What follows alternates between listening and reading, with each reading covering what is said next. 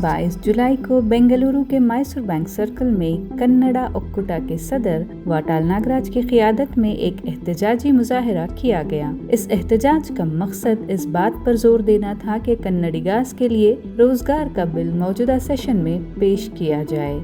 इस एहतजाज में कन्नड़ा यूनियंस के मुख्तलिफ लीडर्स ने शिरकत की। नुमाया शख्सियात में डॉक्टर राजकुमार फैन एसोसिएशन के सदर गोविंदू, कन्नड़ा सेने के रियासती सदर KR कुमार, कन्नड़ा रक्षण वेदिके के सदर शिवरामे गौड़ा और प्रवीण कुमार शेट्टी के अलावा मंजुनाथ देव, HV गिरीश गौड़ा और कई कन्नड़ा हामी तंजीमों के रहनुमाओं और कारकुनों ने भी एहतजाज में हिस्सा लिया।